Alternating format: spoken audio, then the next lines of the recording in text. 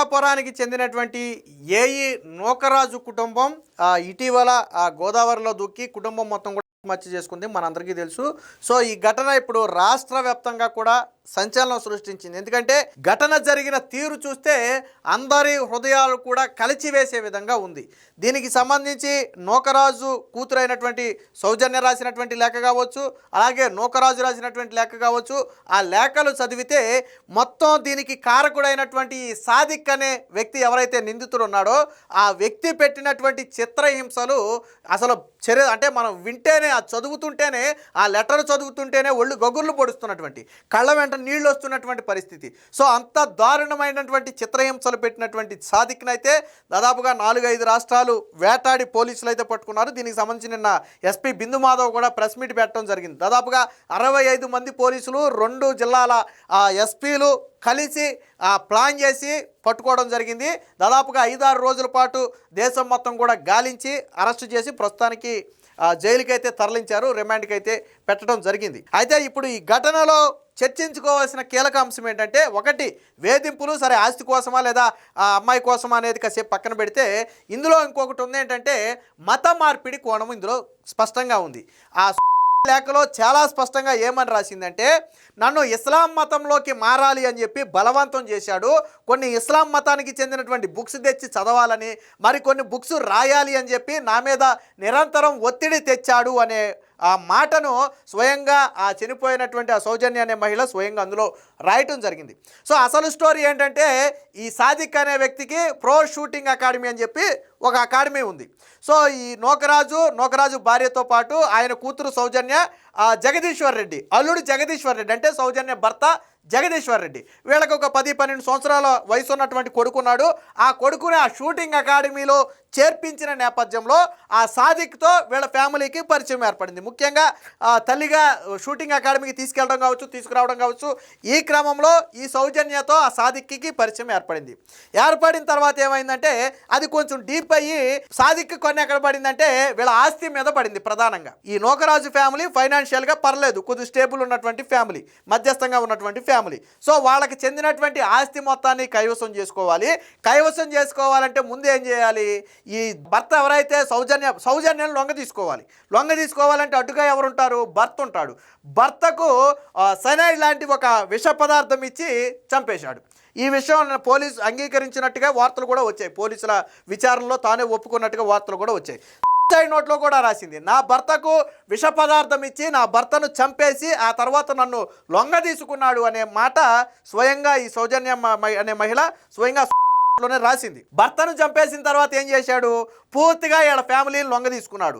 ఆ మహిళ చెప్పిన దాని ప్రకారం, నోట్లో చెప్పిన ప్రకారం ఫోన్లు కావచ్చు, వీళ్ళ లాకర్ కీస్ కావచ్చు, అలాగే ఇతర ప్రాపర్టీకి చెందినటువంటి పేపర్లు కావచ్చు, ఇవన్నీ కూడా సాదిక్ ఆధ్వర్యంలోకే వెళ్ళిపోయాయి. ఒకానొక దశలో వీళ్ళు పోలీసులను అప్రోచ్ అవ్వాలి అని అనుకున్నప్పటికీ కూడా నాకు వాళ్ళు తెలుసు, వీళ్ళు తెలుసు, మీరు వెళితే ఈ మహిళకు చెందినటువంటి కొన్ని వ్యక్తిగత ఫోటోలు, వీడియోలు ఉన్నాయి కాబట్టి వాటిని చూపి బెదిరించి భయపెట్టడంతో పరువు పోతుందనే ఉద్దేశంతో ఎవరిని సంప్రదించలేనటువంటి పరిస్థితి వీళ్ళకి ఏర్పడింది. సో దాన్ని అలుసుగా తీసుకుని వీళ్ళ మీద చిత్రహింసలు పదే కొట్టడం కావచ్చు. ఈవెన్ కొడుకు కూడా ఆ గోదావరిలో దూకితే మత్స్యకారులు రక్షించారు. ఆ కొడుకు ప్రస్తుతానికి 12 సంవత్సరాల యువకుడు బతికే ఉన్నాడు. సో అతన్ని విచారించినప్పుడు కూడా తెలిసింది ఏంటంటే, అతనితో పోలీసులు మాట్లాడినప్పుడు ఈ సాదిక్ అనే వ్యక్తితో వీళ్ళ మదర్ గొడవ పడటం నేను 2-3 సార్లు చూశాను అని చెప్పి తాను కూడా చెప్పాడు. నోట్లో మాత్రం అంటే తన కొడుకుకి ఏమీ తెలియకూడదని తన కొడుకు ముందు మాత్రం నవ్వుతూ నటించేదంట. కానీ నిరంతరం సాదిక్ వేధింపులు, ఆ దెబ్బలు, కొట్టిన దెబ్బలు తట్టుకోలేక ఎప్పుడో చచ్చిపోదాం అనుకున్నాను, కానీ నా కొడుకు ఏమైపోతాడనే ఒక భయంతోనే నేను చచ్చిపోకుండా ఆగుతున్నాను. కానీ ఇక నేను తట్టుకోలేను, ఈ సాదిక్ వేధింపులు కావచ్చు, ఆ దెబ్బలు కావచ్చు, నేను తట్టుకోలేను. ఒకవేళ నా గురించి, నా వ్యక్తిగత జీవితం గురించి ఏదైనా బయటపెట్టి నా కుటుంబం పరుగు తీస్తాడేమో అనే భయం కూడా నాకుంది.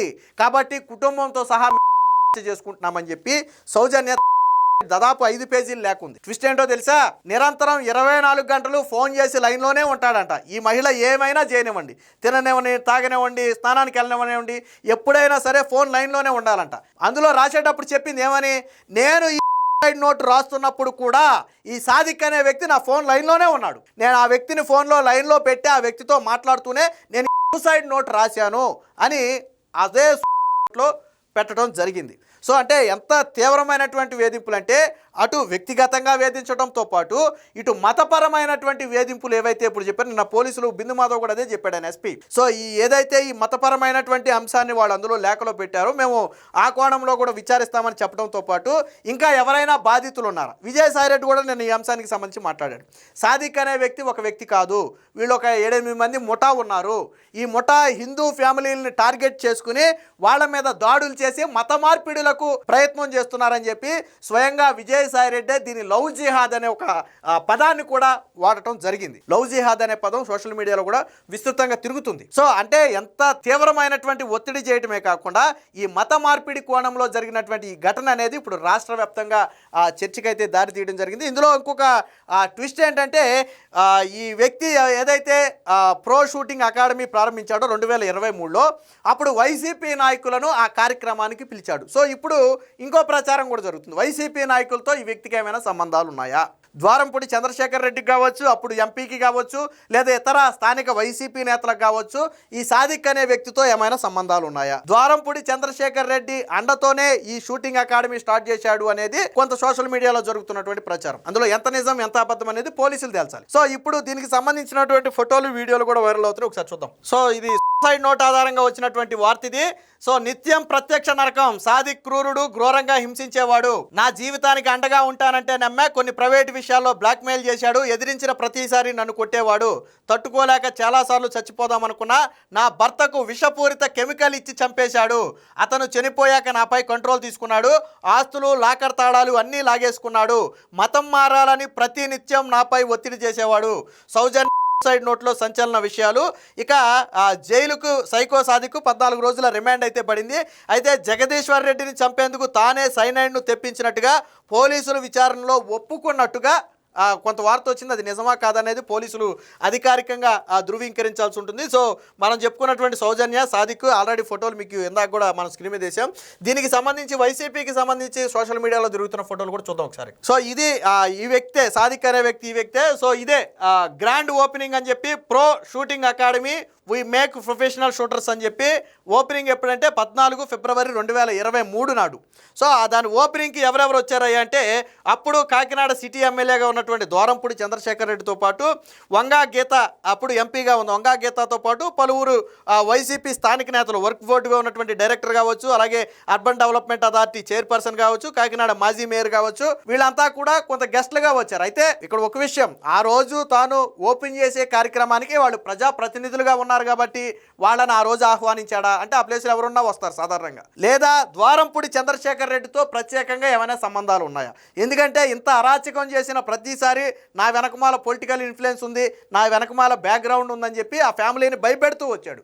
సో ఏంటి ఆ బ్యాక్గ్రౌండ్, ఎవరు ఆ ధైర్యం? సో అనే కోణంలో కూడా ఇప్పుడు అనుమానాలు వస్తున్నాయి. అలాగే ద్వారంపూడితో కలిసిన ఫోటోలు కూడా ఉన్నాయి, ఒకసారి చూద్దాం. ఇగో ఈ వ్యక్తే సాదిక్. సో ద్వారంపూడి చంద్రశేఖర్ రెడ్డిని అప్పట్లో కలిసినటువంటి ఫోటోలు, ఇప్పుడు నేను ఎందా చూపించినటువంటి ఫోటో కావచ్చు, ఈ ఫోటో కావచ్చు, ఇప్పుడు వైరల్ అవుతున్నాయి. సో ఇప్పుడు రాజకీయ కోణంలో కూడా ఇప్పుడు వైసీపీ మీద కొన్ని విమర్శలు వస్తున్నాయి. వైసీపీ నేతల సహకారము అండా ఉండొచ్చు, ఆ దానితోనే ఇన్ని వేధింపులకు పాల్పడి ఉండొచ్చు, ఆ ధైర్యంతోనే పాల్పడి ఉండొచ్చు అనే ఆ కోణంలో కూడా జరుగుతున్నాయి. ఎందుకంటే ఇప్పుడు ఈ మహిళ మీద వేధింపులు అనేది కూడా గత 3 సంవత్సరాల నుంచి జరుగుతుంది, ఇప్పుడు వచ్చింది కాదు. అంటే అప్పట్లో అధికారంలో ఉన్నది వైసీపీ పార్టీనే. ఆ రోజు నుంచే నాకు పొలిటికల్ అండ్ ఉంది, లేకపోతే నాకు పోలీసులు తెలుసు అని చెప్పి ఆ రోజు నుంచే ఆ వ్యక్తి బెదిరించడం మొదలుపెట్టాడు. సో కాబట్టి ఇప్పుడు ఆ కోణంలో కూడా ఆ విచారణ చేయాలనే వార్తలు అయితే వస్తున్నాయి. సోషల్ మీడియాలో ఇప్పుడు చూపించినటువంటి ఈ ద్వారంపూడి చంద్రశేఖర్ రెడ్డితో సాదిక్ ఉన్నటువంటి ఫోటోలు కావచ్చు, లేదా వాళ్ళ ఓపెనింగ్కి ఆయన వేసినటువంటి ఫ్లెక్సీలకు సంబంధించినటువంటి ఫోటోలు కావచ్చు, ఇవన్నీ కూడా ఇప్పుడు సోషల్ మీడియాలో వైరల్గా మారాయి. ఇదే సమయంలో ఎవరైనా ఇంకా బాధితులు ఉన్నారా? ఈ సౌజన్యలాగా నూకరాజు కుటుంబం లాగా ఇంకా ఎవరైనా బాధితులు ఉన్నారా? ఎందుకంటే తను ఎవరిని టార్గెట్ చేశాడు అంటే తన షూటింగ్ అకాడమీకి వచ్చే పిల్లలకు సంబంధించినటువంటి తల్లిదండ్రులను టార్గెట్ చేశాడు. అందులో భాగంగానే వీళ్ళు టార్గెట్ అయ్యారు ఈ రోజు. సో అలాగే వీళ్ళు ఒక్కలేనా, ఇంకా ఎవరైనా ఉన్నారా? భయపడి ముందుకు వచ్చి కంప్లైంట్ ఇవ్వటం లేదా, వేధింపులు కొనసాగుతున్నాయి అనే కోణంలో కూడా విచారిస్తున్నారు పోలీసులు. అలాంటి వారు ఎవరైనా ఉంటే ధైర్యంగా ముందుకొచ్చి చెప్పాలి అని చెప్పి పోలీసులు కూడా చెప్పడం అయితే జరిగింది. మొత్తంగా ఈ పిఠాపురం ఏఈ నూకరాజు కుటుంబం ఆత్మహత్య చేసుకున్నటువంటి ఈ ఘటన మాత్రం ఇప్పుడు రాష్ట్ర వ్యాప్తంగా సంచలనంగా మారింది. మొత్తానికి సైకోగా వ్యవహరించినటువంటి సాదిక్ని అయితే ప్రస్తుతానికి అరెస్ట్ చేసి రిమాండ్కి పంపారు. పోలీసుల కస్టడీకి తీసుకున్న తర్వాత ఈ కేసు మీద మరింత క్లారిటీ క్లారిటీ వచ్చే అవకాశం ఉంది. అలాగే మత మార్పిడులకు సంబంధించి నిజంగానే బెదిరించాడా, తాను మత మార్పిడికి సంబంధించి కొన్ని ఇస్లాం మత పుస్తకాలు పంపాడు అని చెప్పి నోట్లో ఉంది. సో అలాంటి ఆధారాలు ఏమైనా దొరుకుతాయి అనేది కూడా పరిశీలిస్తున్నారు. ప్రస్తుతానికి షూటింగ్ అకాడమీని అయితే పోలీసులు సీజ్ చేసినట్టుగా తెలుస్తుంది. ఆ అకాడమీలో శిక్షణ పొందుతున్నటువంటి వారి నుంచి కూడా కొన్ని వివరాలు, అంటే ఎలా ఉండేవాడు, ఎలా ప్రవర్తించేవాడు, వాళ్ళకి ఏదైనా ఇబ్బంది ఉందా అనే కోణంలో పోలీసులు అయితే విచారణ చేస్తున్నట్టు తెలుస్తుంది. ఏదేమైనా మొత్తం రాష్ట్రంలోనే ఒక సంచలన ఆత్మహత్యగా ఇప్పుడు నూకరాజు కుటుంబ అనేది మారింది.